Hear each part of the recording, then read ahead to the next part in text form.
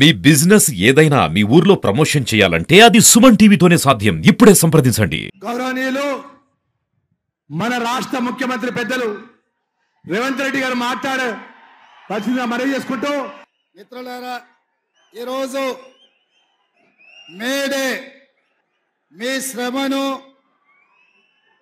మీ చెమటను దారబోసి మీ కండరాలను కరిగించి పారిశ్రామిక రంగంలో ప్రపంచ అభివృద్ధిలో కార్మికులు త్యాగాలు చేసి కార్మికులు నిర్మించిన కార్మికుల త్యాగాలతో కార్మికుల పోరాటంతో ఏర్పడ్డ ఈ తెలంగాణ రాష్ట్రంలోని సింగరేణి కార్మికులు, ఆర్టీసీ కార్మికులు, విద్యుత్ కార్మికులు, మా రిక్షా ఆటో కార్మికులకు అందరికీ కూడా మేడే శుభాకాంక్షలు తెలియజేస్తున్నా. ఆనాడు తెలంగాణ ఉద్యమంలో రాజకీయ పార్టీలు ఒక రకంగా విఫలం చెంది వచ్చిన తెలంగాణ రాష్ట్రం వెనక్కి పోతే ఈ కార్మిక సంఘాలే, ప్రధానంగా సింగరేణి, ఆర్టీసీ, విద్యుత్ కార్మిక సంఘాలు వేలాదిగా ఈ కార్మికులు సకల జనుల సమ్మెను చేపట్టి ఢిల్లీ ప్రభుత్వాన్ని ఒప్పించి మెప్పించి తెలంగాణ రాష్ట్రాన్ని సాధించి ఈరోజు మనం సగర్వంగా కోరుట్ల జగిత్యాల గడ్డ మీద నిలబడి మాది తెలంగాణ రాష్ట్రం అని చెప్పుకుంటున్నామంటే ఈ కార్మికుల యొక్క త్యాగాలు, ఈ కార్మికుల యొక్క సాహసోపేతమైన పోరాటాలతో ఈరోజు తెలంగాణ రాష్ట్రం ఏర్పడ్డది. మిత్రులారా, నిజామాబాద్ పార్లమెంటు నియోజకవర్గం నుంచి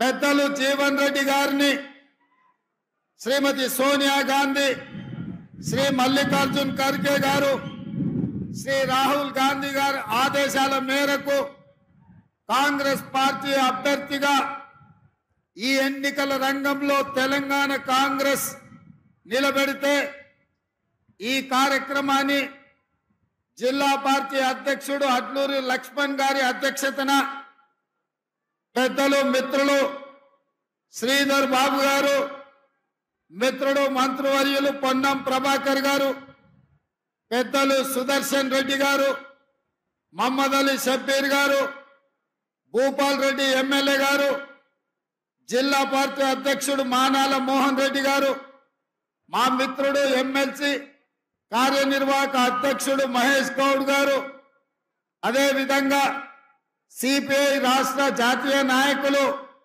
చాడా వెంకటరెడ్డి గారు, వేదిక మీద చాలా మంది పెద్దలు, రాష్ట్ర పార్టీ నాయకులు, జిల్లా పార్టీ నాయకులు, మండల పార్టీ నాయకులు, గ్రామ శాఖ అధ్యక్షులు, ప్రాణ సమానులైన కాంగ్రెస్ పార్టీ కుటుంబ సభ్యులందరి కూడా, అదే విధంగా ఇక్కడి కాంగ్రెస్ పార్టీ మొన్న ఎన్నికల అభ్యర్థి మీ అభిమాన నాయకుడు జువ్వాది నరసింహరావు గారికి అందరికీ కూడా మనస్ఫూర్తిగా అభినందనలు, కృతజ్ఞతలు.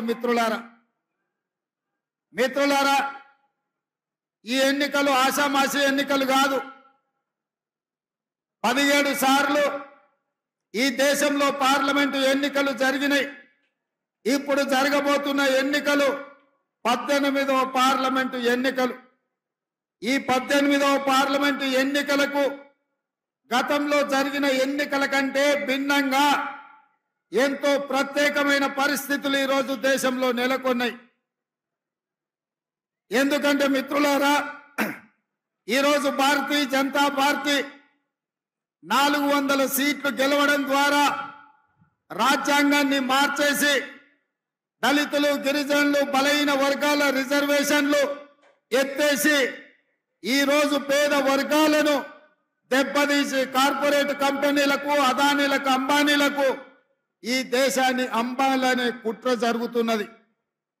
అందుకే ఈ మధ్యలో నేను విస్పష్టంగా భారతీయ జనతా పార్టీని సూటిగా ప్రశ్నించిన డాక్టర్ బాబాసాహెబ్ అంబేద్కర్, జవహర్ లాల్ నెహ్రూ గారు, వల్లభాయ్ పటేల్ గారు, మహాత్మా గాంధీ గారు కలిసి ఈ దేశంలో ఉన్న సామాజికంగా ఆర్థికంగా వెనుకబడి సమాజం యొక్క వివక్షకు లోనైన ఎస్సీ ఎస్టీలకు ఆ తర్వాత బీసీలకు ఇచ్చిన రిజర్వేషన్లను వాళ్ళు ఆ రోజు మనము వాళ్ళ అభ్యున్నతి కోసం మనం ఇస్తే 75 సంవత్సరాలు స్వతంత్రం వచ్చినా ఈరోజు దళితుల గిరిజనుల జీవితాలలో రావాల్సినంత మార్పు రాలేదు.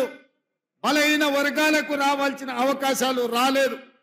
అందుకే రాహుల్ గాంధీ గారు కన్యాకుమారి నుంచి కశ్మీర్ వరకు 150 రోజులు 4000 కిలోమీటర్లు పాదయాత్ర చేసినప్పుడు బలహీన వర్గాలకు సంబంధించిన డాక్టర్లు, ఇంజనీర్లు, లాయర్లు, ఐఏఎస్లు, ఐపీఎస్లు, పీజీలు, పిహెచ్డీలు చదువుకున్న విద్యార్థులు రాహుల్ గాంధీ గారిని కలిసి ఈ దేశంలో మేము 52% ఉన్నాం, మా జనాభా లెక్కలు వేయండి, మా జనాభా దామాషా ప్రకారం మాకు రిజర్వేషన్లు ఇవ్వండి, మాకు నిధులను కేటాయించండి, మేము కూడా ఈ సమాజంలో భాగస్వాములమే, ఈ దేశ నిర్మాణంలో మాకు సముచితమైన అవకాశం ఇవ్వండి అని చెప్పి ఈ వర్గాలకు సంబంధించిన నాయకులు వచ్చి రాహుల్ గాంధీ గారిని కలుసుకున్నారు.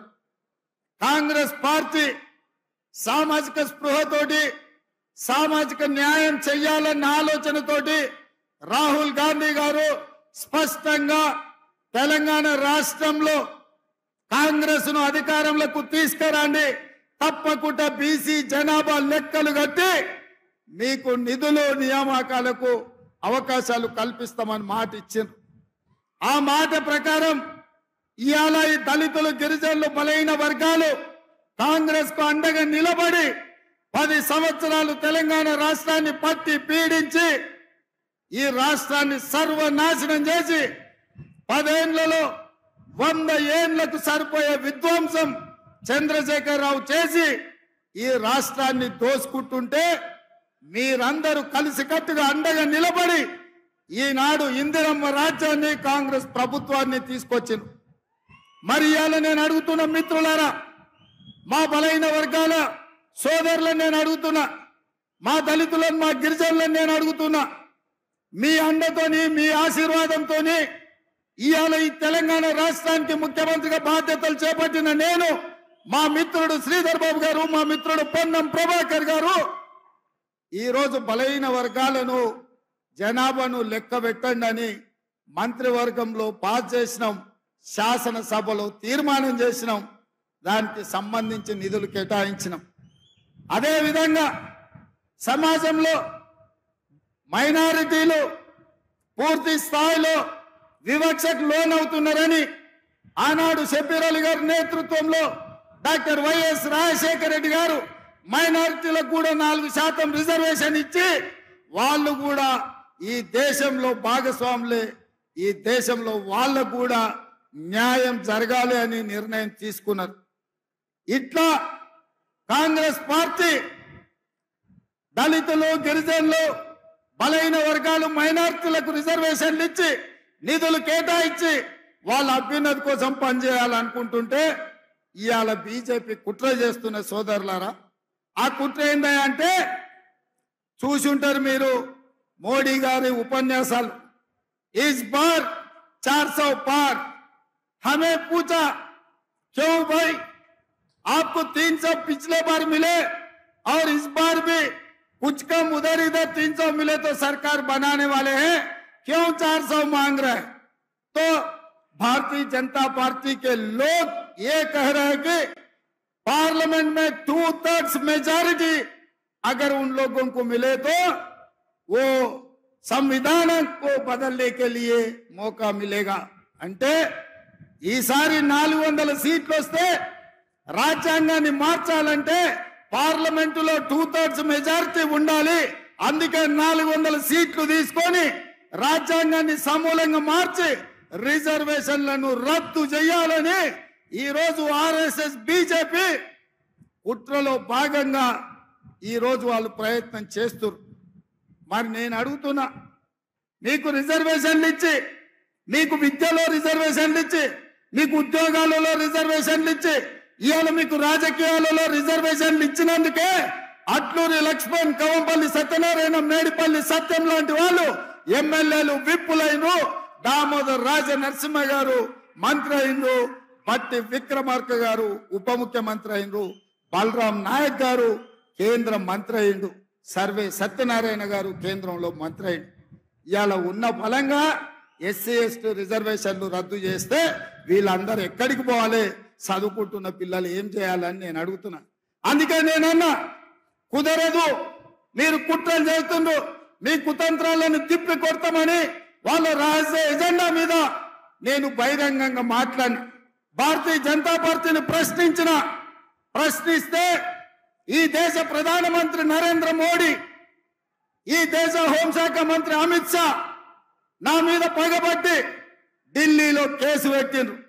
ఎవరయ్యా ఫిర్యాదుదారంటే కేంద్ర హోంశాఖను స్వయంగా పోయి రేవంత్ రెడ్డి బీసీలను, ఎస్సీలను, ఎస్టీలను జాగృతం చేస్తుండు, వాళ్ళ రిజర్వేషన్ల రద్దు మీద ఊరూరు తిరిగి ప్రచారం చేస్తుండు. ఆయనను అర్జెంటుగా అరెస్టు చేయాలని ఢిల్లీలో కేసు పెట్టిరు. నేను అడుగుతున్నాడు నా మిత్రులు, ఒకవేళ నేను మాట్లాడింది తప్పైతే ఈడ బీజేపీ నాయకులు లేరా? ఈడ మీ ఎంపీ ధర్మపురి అరవిందే బీజేపీ కదా, పక్కన బండి సంజయ్ బీజేపీ కదా, ఆ పక్కన కిషన్ రెడ్డి గారు కేంద్ర మంత్రి కదా. తెలంగాణలో ఎందుకో కేసు పెట్టలేదు, ఎందుకో ఫిర్యాదు చేయలేదంటే ఈడీ, ఇన్కమ్ ట్యాక్స్, సిబిఐ కాదు, ఈ రోజు ఢిల్లీ పోలీసులను కూడా ఉపయోగించి మనల్ని భయపెట్టాలని చూస్తున్నారు.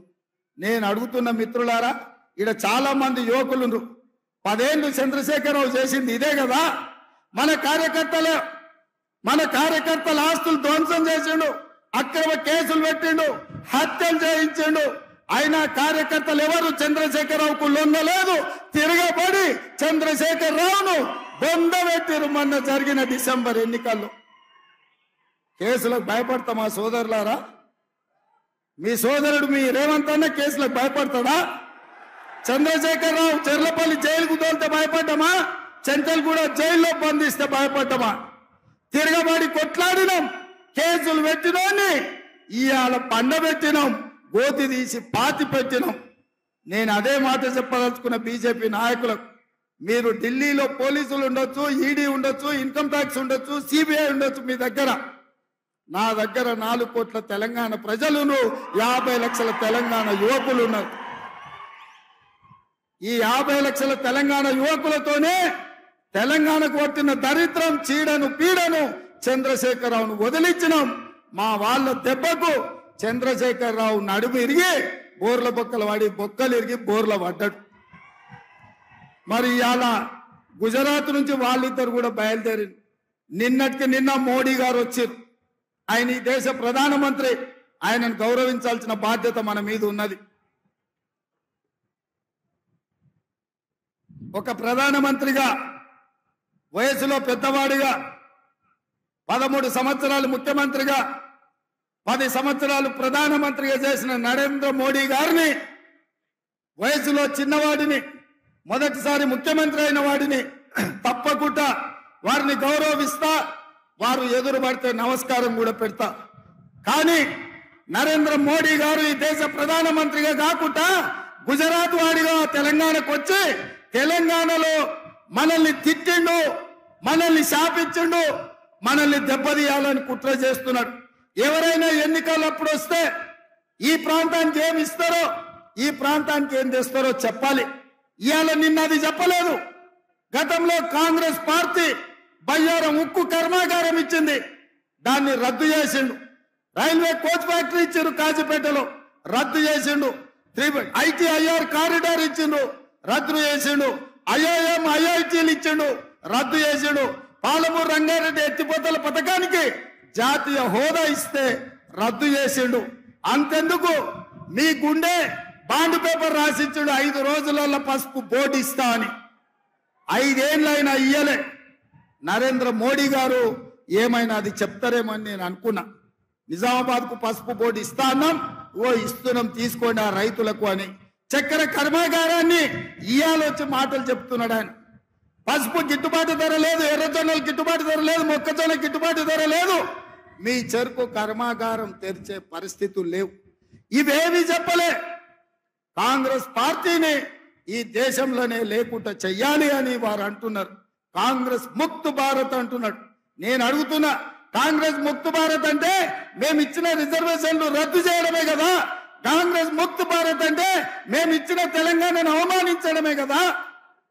దీనికోసం నరేంద్ర మోడీ గారు 7 విమానాలు వేసుకొచ్చి మెదక్ జిల్లాలో మీటింగ్ పెట్టి మనల్ని తిట్టిపోతాడా? ఇదే కాదు, నేను ముఖ్యమంత్రి అయిన తర్వాత వారిని కలిసిన. హైదరాబాద్ నగరానికి మెట్రో రైలు కావాలి, మా నగరం విస్తరించింది, విశ్వ నగరం అయ్యింది, దీనికి మెట్రో రైలుకు అనుమతులు ఇవ్వండి, నిధులు ఇవ్వండి అన్న పైసి ఇవ్వలే, ఆ మాట ఊసెత్తలే. మూసీ రివర్ ఇవాళ మురికి కూపంగా మారింది. హైదరాబాద్ లో ఉండే కాలుష్యం అంతా మూసీ చెరువులోనే, మూసీ రివర్ లోనే పోతుంది.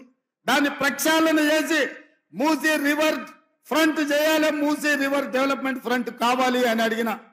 ఏమాత్రం ఇయ్యలేదు.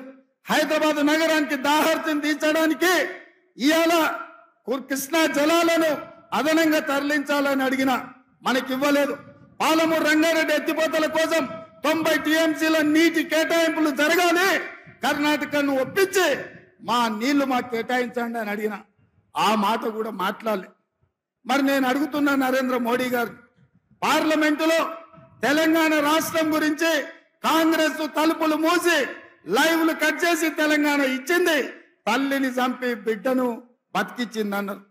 తెలంగాణను అవమానిస్తావు, తెలంగాణకు నిధులు ఇవ్వవు, తెలంగాణకు నీళ్ళ కేటాయింపులు ఇవ్వవు. ఇవేవి చేయకపోను ఇవాళ ధైర్యంగా వచ్చి తెలంగాణలో ఓట్లు అడుగుతున్నాడు నరేంద్ర మోడీ గారు. మేము కుట్ర చేయలేదంటుండు. నేను మీడియా మిత్రుల ద్వారా ఇవాళ చెప్పదలుచుకున్నా, సాయంత్రం 5 గంటలకు హైదరాబాద్ లో ప్రెస్ మీట్ పెట్టి ఏ విధంగా రాజ్యాంగాన్ని రద్దు చేయాలనుకున్నారో, రాజ్యాంగాన్ని రద్దు చేయడం ద్వారా, రాజ్యాంగాన్ని సమూలంగా మార్చడం ద్వారా ఎట్లా రిజర్వేషన్లు దెబ్బతీయాలనుకున్నారో ఆధారాలన్నిటిని కూడా 5 గంటలకు మీడియాకు విడుదల చేస్తా. దేశ ప్రధానమంత్రిగా అబద్ధాలు చెప్తున్న నరేంద్ర మోడీ గారు, మీ స్థాయికి, మీ హోదాకు ఇది తగదు. ప్రధానమంత్రి గారు, మీరు మీ పార్టీ 2000 సంవత్సరంలోనే రాజ్యాంగాన్ని సమూలంగా మార్చడానికి కమిషన్ నియమించును, మీరు గెజిట్ నోటిఫికేషన్ ఇచ్చును.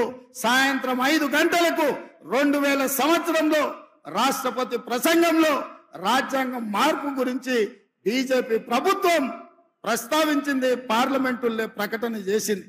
ఈ వివరాలన్నిటిని కూడా ఈ రోజు దేశ ప్రజలకు నేను విడుదల చేయదలుచుకున్నా. నేను మీరు రాజ్యాంగాన్ని మార్చాలనుకుంటుంటే, రిజర్వేషన్లు రద్దు చేయాలనుకుంటుంటే అది వద్దు. ఈ దేశంలో దళితులు, గిరిజనులు ఇంకా ఆర్థికంగా చితికిపోయి ఉన్నారు. రిజర్వేషన్ ఉండాలి, వాళ్ళకే కాదు బీసీలకు కూడా రిజర్వేషన్లు ఇవ్వాలి అని నేను చెప్పిన. దానికోసం నా మీద కేసు పెడతావా? ఆ కేసులకు భయపడతానా? నేను 20 ఏళ్ల నుంచి ఎన్నో ఒడిదుడుకులను చూసినా, ఎన్నో ఆటుపోట్లను చూసినా. ఇవాళ మీరు అనుకుంటుందేమో గుజరాత్ నుంచి వచ్చి తెలంగాణ మీద పెత్తనం చేస్తామని. అందుకే 4 కోట్ల తెలంగాణ ప్రజలకు, మా 50 లక్షల నిరుద్యోగ యువకులకు నేను విజ్ఞప్తి చేస్తున్నా, ఇది తెలంగాణ పౌరుషానికి, గుజరాత్ ఆధిపత్యానికి ఈ ఎన్నికల్లో పోటీ. చూద్దాం తెలంగాణ పౌరుషం గెలుస్తుందో, గుజరాత్ ఆధిపత్యం గెలుస్తుందో నేను చూస్తా. మా రాష్ట్రం నుంచి వచ్చి, నా రాష్ట్రానికి వచ్చి, నా రాష్ట్ర నడిగడ్డ మీద నిలబడి ఈ రాష్ట్ర ముఖ్యమంత్రిని బెదిరిస్తున్నావంటే తెలంగాణ సమాజం ఎడ్డిదో గుడ్డిదో కాదు. నువ్వు భయపడితే భయపడడానికి ఇక్కడ ఎవరు అమాయకులు లేరు. ఖబర్దార్ ప్రధానమంత్రి గారు, మీరు అనుకుంటుందేమో తెలంగాణ గడ్డ మీదకి గుజరాత్ నుంచి వచ్చి బెదిరిస్తామని. ఇది నా ఊరు, ఇది నా ప్రాంతం. నా ఊరుకొచ్చి నన్నే బెదిరిస్తావా? నేనేం మాట్లాడినా రిజర్వేషన్లు రద్దు చేయొద్దని అడిగిన, రాజ్యాంగాన్ని మార్చొద్దని అన్నా. ఒకవేళ నీకు నచ్చితే నా మాట విను, నచ్చకపోతే నా ఇష్టం. రాజ్యాంగం మారితే రిజర్వేషన్లు రద్దు చేస్తానే ప్రజల్ని ఓట్లు అడుగు, ప్రజలే తీర్పిస్తారు ఎవరి పక్కన నిలబడాలను. అంతే తప్ప మీరు ఆలోచన చేయండి సోదరులారా. పక్కూరోడు మన ఊరికి వచ్చి మన ఊరు చౌరస్తలు నిలబడి మనల్ని అవమానించే విధంగా మన ఊరు వాళ్ళను తిట్టుతూ ఊరుకుంటే మనం ఊరుకుంటామా? ఉంటామా? మనకేమన్నా విభేదాలు ఉండొచ్చు, మనకు భిన్నాభిప్రాయాలు ఉండొచ్చు, కానీ మన ఊరు గౌరవం వచ్చినప్పుడు ఊరంతా ఏకంగా కావాల్సిన అవసరం ఉందా లేదా ఒక్కసారి ఆలోచన చేయండి. ఇవాళ నన్ను 1 తారీఖు నాడు అంటే ఇవాళ ఢిల్లీలో పోలీస్ స్టేషన్లో హాజరుగామని హుకుం జారీ చేసిండు అమిత్ షా గారు. ఏం దౌర్జన్యమయ్యా ఇది? నేను ఇవాళ కోరుట్లలో మీటింగ్ పెట్టుకున్నా, సాయంత్రం కుక్కట్పల్లిలో పెట్టుకున్నా, ఆ తర్వాత శేర్లింగపల్లి పెట్టుకున్నా, రేపు జగిత్యాలకు వస్తున్నా. నేనంట ఎన్నికల ప్రచారం అంతా మానేసి ఢిల్లీ పోలీస్ స్టేషన్ లో రాజ్యాంగం ఎందుకు రద్దు చేస్తున్నారు, రాజ్యాంగాన్ని ఎందుకు మారుస్తున్నారు అని అడిగినందుకు ఢిల్లీ పోలీస్ స్టేషన్ లో ముద్దాయిగా పోయి నేను హాజరు కావాలనంట. ఇదేనా మీ నీతి?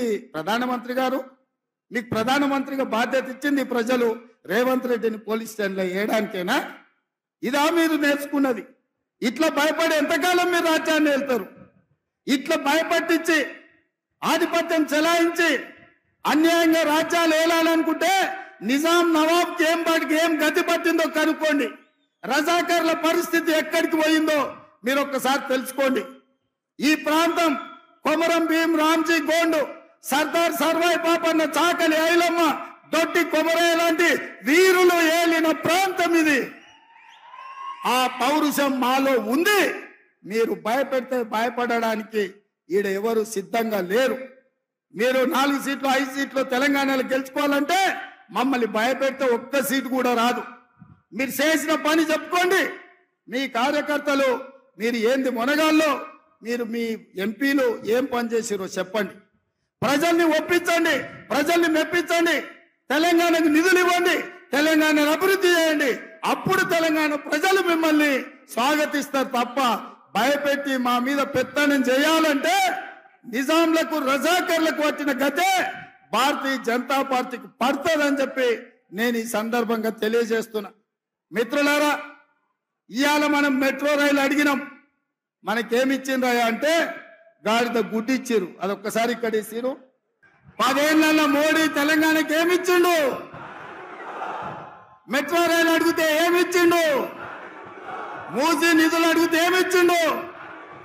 పాలమూరు రంగారెడ్డి ఎత్తిపోతల జాతీయ ప్రాజెక్ట్ అడిగితే ఏమిచ్చిండు? బయ్యారం ఉక్కు కర్మాగారం అడిగితే ఏమిచ్చిండు? కాజీపేట రైల్వే కోచ్ ఫ్యాక్టరీ అడిగితే ఏమిచ్చిండు? ఐటీఐడిఆర్ కార్డిఆర్ అడిగితే ఏమిచ్చిండు? ఇవాళ తెలంగాణ రాష్ట్రానికి మోడీ ఏం తెచ్చిండంటే గాడిద గుడ్డు తెచ్చిండని చెప్పాలి. మిత్రులారా, నిన్న మోడీ తెలంగాణకు వచ్చిండు, మనకేం తెచ్చిండు? గట్టిగా ఢిల్లీకి వినిపించాలి. నిన్న మోడీ తెలంగాణకు వచ్చిండు, మనకేం తెచ్చిండు? భారతీయ జనతా పార్టీ తెలంగాణకి ఏమిచ్చింది? అరవింద్ నిజామాబాద్ ఏం తెచ్చిండు? ఈ గాడిద గుడ్డు తెచ్చిన వాళ్లకు తెలంగాణ ప్రజలు ఓట్లేయాలనా? పెద్దలు జీవన్ రెడ్డి గారు మీ అభ్యర్థి.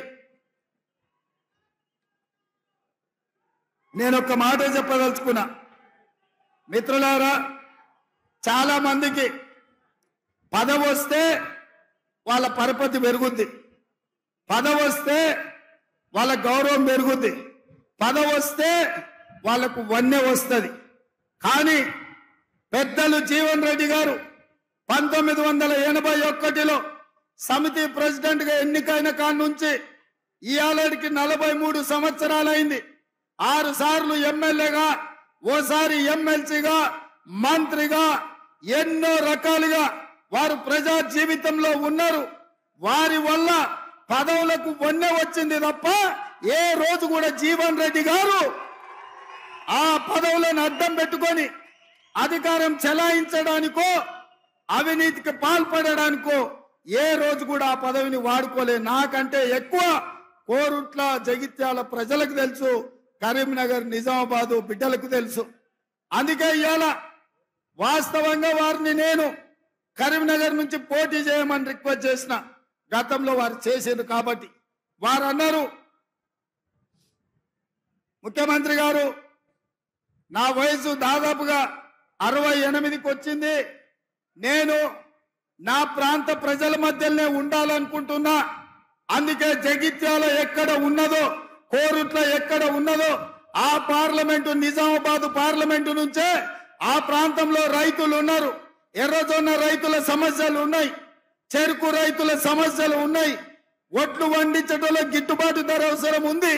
అదే విధంగా పసుపు కావచ్చు, ఈ ప్రాంతంలో సోయాబీన్ కావచ్చు, మొక్కజొన్నలు కావచ్చు, అత్యధికంగా మామిడి తోటలు ఇలా రీసెర్చ్ సెంటర్ పెట్టాలని, మామిడి తోటల రైతులకు అండగా నిలబడాలి. నేను శాశ్వతంగా నా ప్రాంత రైతాంగానికి రుణపడి ఉన్నా. నా చివరి క్షణం వరకు, ఆఖరి ఊపిరి వరకు ఈ ప్రాంత రైతులకు అండగా నిలబడాలి. నాకు అవకాశం ఇవ్వండి నిజామాబాద్ నుంచి అని పెద్దలు చెప్పాను. నేను సోనియా గాంధీ గారికి, రాహుల్ గాంధీ గారికి చెప్పిన, లేదు పెద్దలు జీవన్ రెడ్డి గారు ఈసారి నిజామాబాద్ నుంచి పోటీ చేయాలనుకుంటున్నారు, వారు విజ్ఞప్తిని మనము నిర్ణయం తీసుకోవాలి అని. వారు ఒకవేళ అట్లానే అనుకుంటే ఏం అభ్యంతరం లేదు, నిజామాబాద్ నుంచి పోటీ పెట్టు, మరి గెలిపించే బాధ్యత నీది సుదర్శన్ రెడ్డిదని నాకు చెప్పింది. ఎందుకంటే కోరుట్ల, జగిత్యాల ఒక రకమైన వాతావరణం, మిగతా నిజామాబాద్ లో ఇంకొక రకమైన వాతావరణం.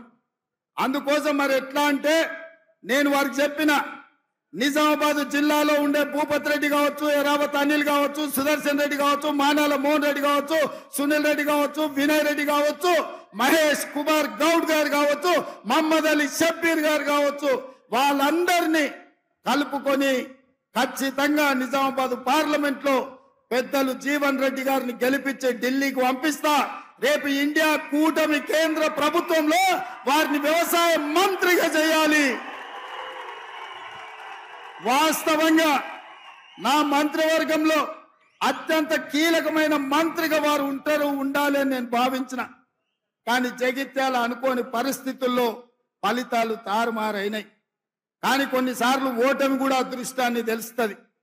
నేను కొడంగల్ ఓడిపోయినా, అందరు అయిపోయింది అనుకోను, ఎంబడే మల్కాజ్గిరిలో ఎంపీకి గెలిపించారు, తర్వాత పిసిసి అధ్యక్షుడైన, ఆ తర్వాత ఈ రాష్ట్రానికి ముఖ్యమంత్రి అయిన మీరు ఆశీర్వదిస్తే.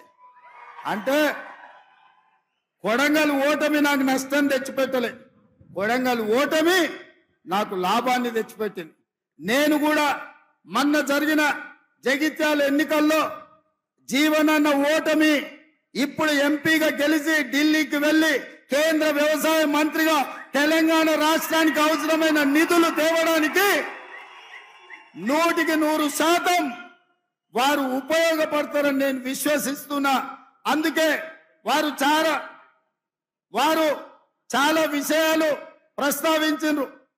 నరసింహరావు గారు కూడా రత్నాకరరావు గారికి చేసిన పనులు, ఈ ప్రాంతం యొక్క పనుల గురించి ప్రస్తావించడం జరిగింది. నేను ఒక్కటే మాట ఇస్తున్నా మీకు, ఏవైతే ఇప్పుడు పెద్దలు జీవన్ రెడ్డి గారు, నరసింహరావు గారు ప్రస్తావించిందో వాటన్నిటిని పూర్తి చేసే బాధ్యత నాది. మరి 2 నియోజకవర్గాలలో 1,00,000 మెజార్టీ ఇచ్చే బాధ్యత మీది. మీరు సిద్ధమా లక్ష ఇవ్వడానికి? కోరుట్ల, జగిత్యాలలో జీవనన్నకు 1,00,000 మెజార్టీ రావాలి. మీరు ఇస్తారు కదా? మీరు లక్షిస్తే మీకు 100 కోట్లు నిధులు ఇచ్చే బాధ్యత నాది. ఈ ప్రాంతాన్ని అభివృద్ధి చేసే బాధ్యత నాది. ఈ సీటు గెలిస్తే బీజేపీ పన్నుతున్న కుట్రలు, రాజ్యాంగంలో మార్పు, రిజర్వేషన్ల రద్దు జరగదు. ఇవాళ రిజర్వేషన్లు ఉండాలి అంటే పెద్దలు జీవన్ రెడ్డి గారు గెలవాలి. ఇవాళ రాజ్యాంగం మీద దాడి జరుగుతుంది. ప్రజాస్వామిక వాదులందరూ ఆలోచన చెయ్యండి. ఈ ఎన్నికలు ఆషామాషి ఎన్నికలు కాదు అని నేను అందుకే మళ్ళొక్కసారి చెప్తున్న మిత్రులారా, ఇది మన సమాజానికే పెను ప్రమాదం దాపురించి ఉన్నది. అందుకే ఈరోజు అమిత్ షా గారు కూడా వస్తున్నారు. వారైనా చెప్పాలి, ఎందుకు బీసీ జనాభా లెక్కలు వద్దంటున్నారు, బీసీ జనాభాకు రిజర్వేషన్లు ఎందుకు పెంచొద్దంటున్నారు. అమిత్ షా గారు ఈరోజు తెలంగాణలో సమాధానం చెప్పాలి. వారు ఈరోజు తెలంగాణ పర్యటన చేస్తున్నారు. తెలంగాణ ప్రజలకు అమిత్ షా గారు సమాధానం చెప్పాలి. బీజేపీ ప్రభుత్వం కుట్రల్ని తిప్పికొట్టే బాధ్యత తెలంగాణ కాంగ్రెస్ పార్టీ తీసుకోవాలి. నేను మళ్ళొక్కసారి విజ్ఞప్తి చేస్తున్నా, ఈ 2 నియోజకవర్గాల నుంచి 1,00,000 మెజారిటీ ఇవ్వాల్సిందిగా మీ అందరిని కోరుకుంటున్నా. మీరు సిద్ధమేనా? సిద్ధమేనా? సిద్ధమేనా? 1,00,000 సిద్ధమేనా? 1,00,000 మెజారిటీ సిద్ధమేనా? సిద్ధమన్న వాళ్ళందరూ చేయి పైకెత్తండి. జై కాంగ్రెస్, జై జై కాంగ్రెస్. హస్తం గుర్తుకే, హస్తం గుర్తుకే. ధన్యవాదాలు మిత్రులారా.